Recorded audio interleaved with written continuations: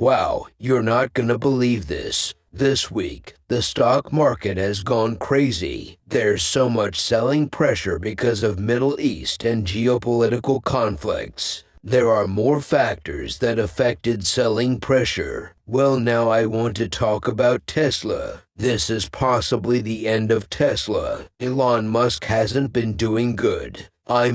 No, he has been distracted lately. He is the CEO of Tesla.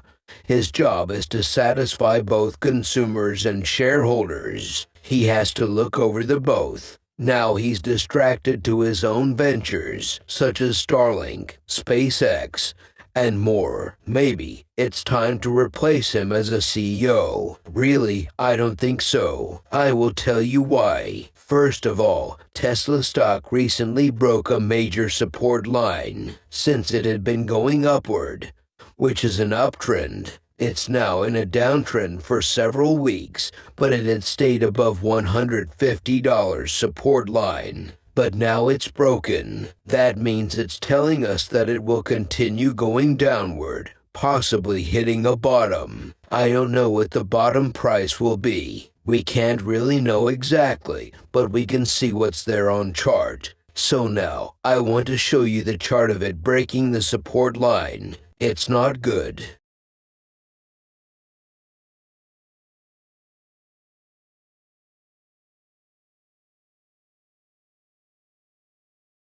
You can see Tesla on the chart, obviously. Tesla.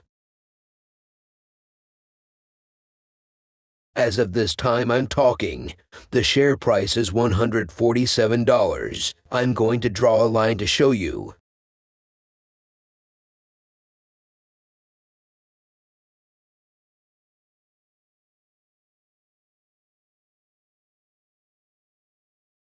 For your information, the screen is little freezing because I'm using a video stream software. I'm new to all of this. I want to do a new format. It's gonna be cool because there's no cut. It's gonna be a raw footage. It's freezing because it messes up with CPU usage. It uses up all of it. I will fix it after. For now, I want to do this and you get the idea.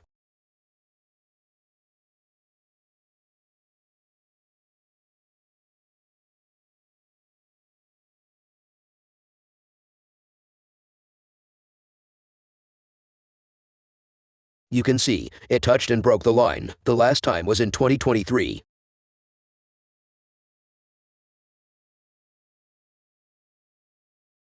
It broke through. It's officially done.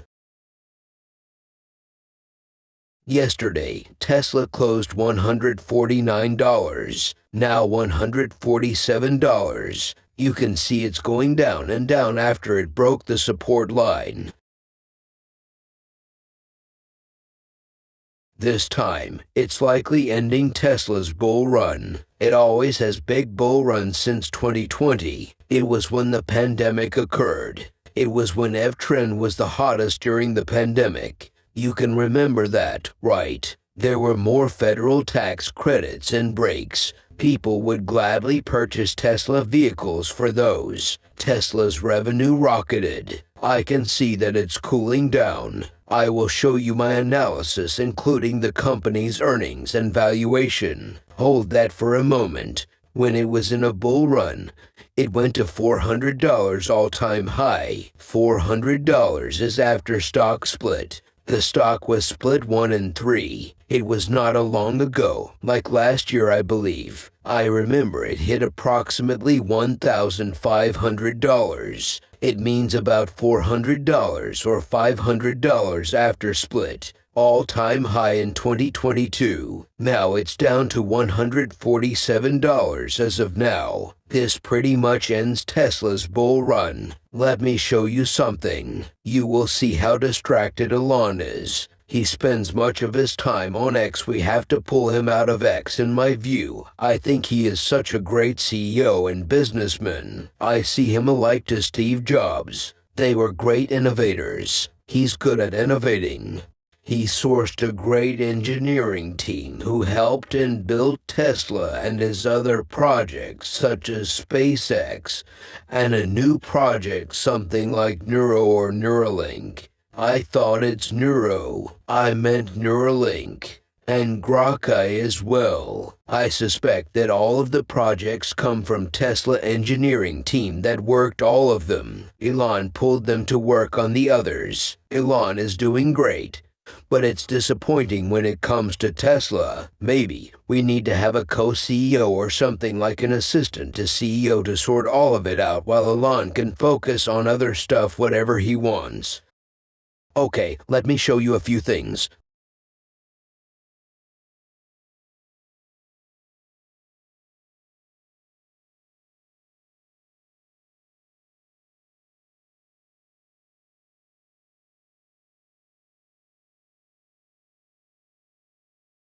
You can see Elon there. I am still used to the term Twitter. I have to think X instead of Twitter now. Let's look real quick.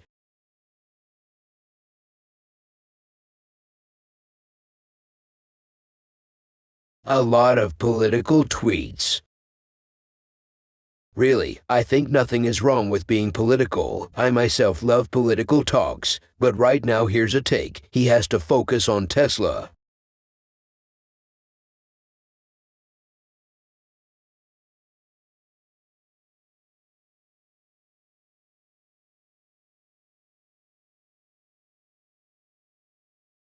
That's Starlink, along with SpaceX.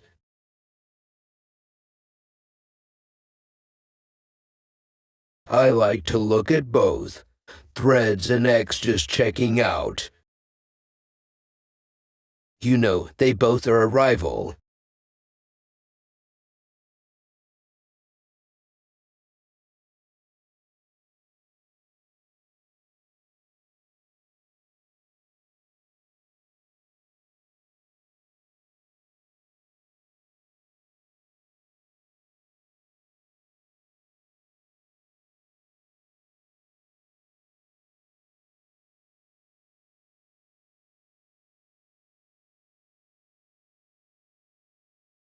Okay, blah blah. I want to show you how I evaluate Tesla in terms of valuation and reports. I've been looking at it, and I think Tesla is a great stock in the long term. In the short term, it ends Tesla's run.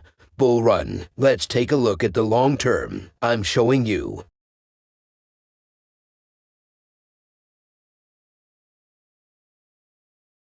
Let me zoom in. I know there's many information. I'll just get straight to the point and be specific. Keep it simple.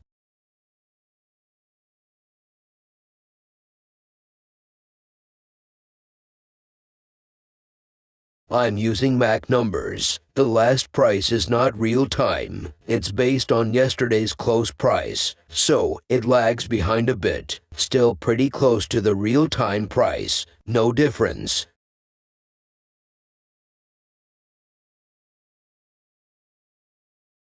You can see P at 34. It's pretty good. Tesla is back at its fair value. 15 to 40, 20 to 40 between is a golden number range. It indicates a healthy company. Below 20 is undervalued. Above 40 or 50 is overvalued. Remember the time when Tesla was still underdeveloped and new, although it has been around for a while. But the trend hadn't until recently that spiked the stock price. I remember that peak. E of the company was over 300. It was extremely overvalued. That would mean you were paying 300 times relatively their earnings. That was in 2022, I believe. 300 times up. Wow. Now it is 34. Perfect. I think it's good.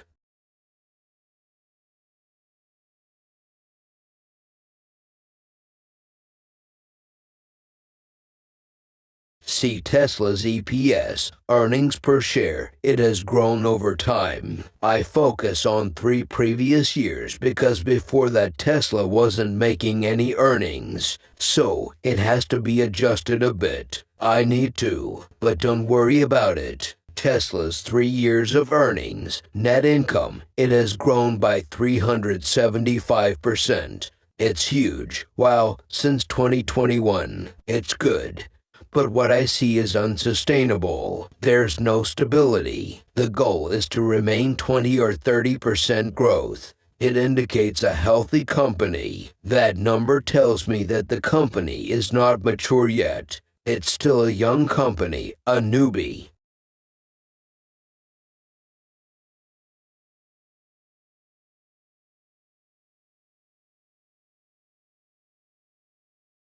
Okay, the next is pay. What is it really that? Okay, you know PE, but for this I add inflation to it. Historically, inflation in America is about 4-5% annually. I have already input the data. PE is 34 plus 4% inflation. That's 38. Perfect.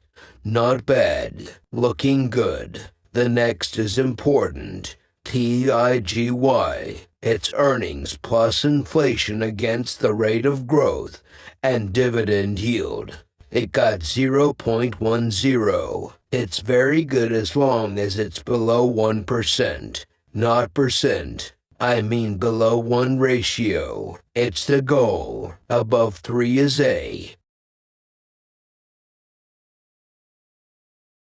But here's we have to understand that PIGY is based on 375% earnings growth. The data is not sustainable. It needs to be adjusted. But it's still good. Tesla is a company with big vision. You know, money or earnings following company's vision. It will continue to be good. But the financials can help us as investors' decisions. We don't want to buy a company that makes us no money. You want to make sure that you're buying that makes you money. You have to have both in mind.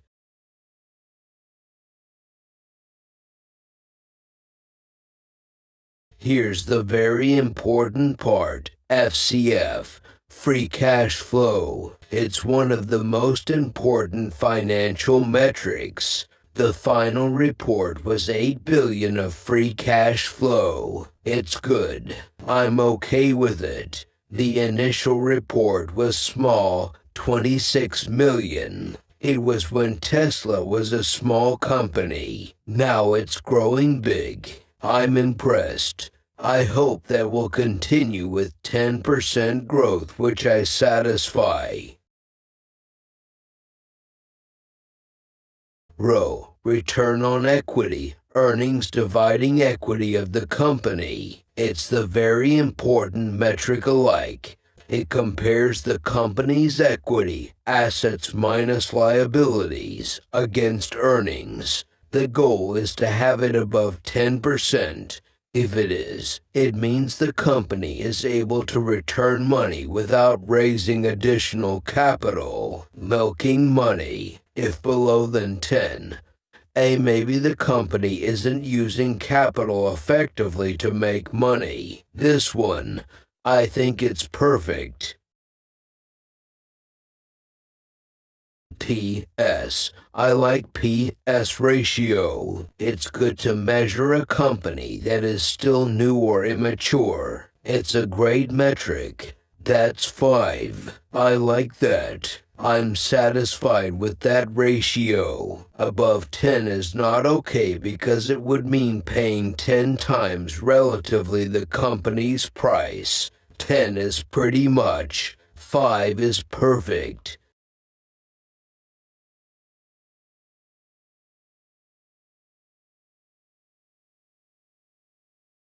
Okay, the recent part where we evaluated the valuation. It's a fundamental analysis. It doesn't always affect the stock price. It's more of a quantitative analysis. It has to do with numbers. You don't just focus on that. You want to focus on qualitative analysis as well. Evaluate the company's management team. Is it good? Is it spending less? How many deliveries did it make? Since then, Tesla's number of deliveries has gone down. People are not buying as much as before. Actually, I think Tesla will be doing good in the long run. Sometimes I like to talk about short term because it's fun. It's fun trading to make money. Overall, focus on the long term. Let's watch a video, maybe news.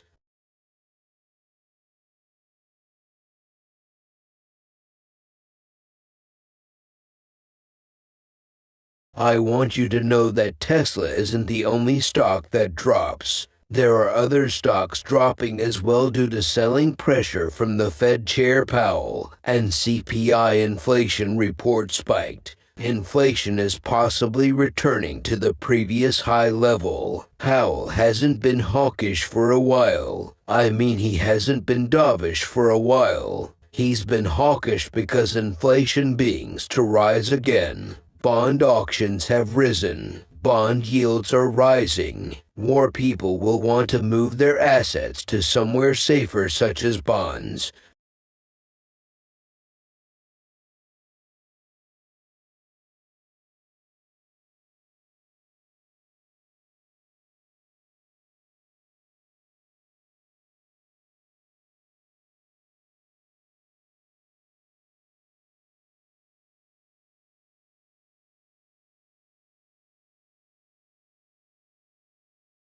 With the bond market is real yields are rising, right? So real yields are going up. That sometimes acts as a restraint, either on maybe valuation, maybe on the economy. But does it also make it attractive as a buyer of bonds at these levels? Well, and you're talking to a bond manager, right, that likes these yields that we're seeing, especially when you look kind of in a barbell situation and lock in some on the long end, take advantage on the short end.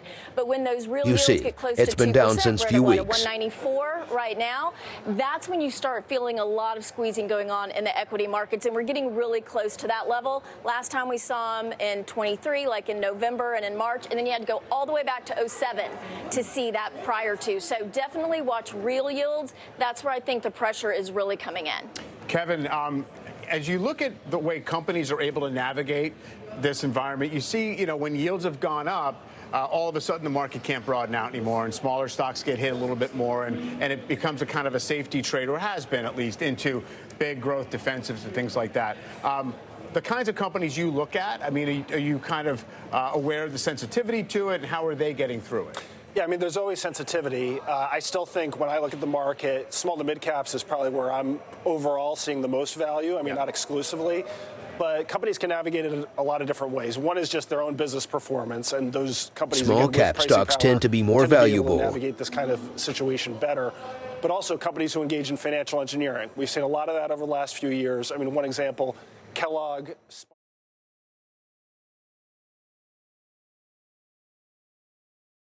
Okay, the video. Not much to share. Since few weeks, there is much selling pressure. I'll keep you guys updated. I hope you like the video's new format. I'll continue with updates. I want to cover different topics such as current events, politics, and Middle East conflict. I will try to give you some coverage for you guys to keep an eye on it. You know, business and politics always go together the most time, so it'll be intriguing to keep up with these topics. See you again soon.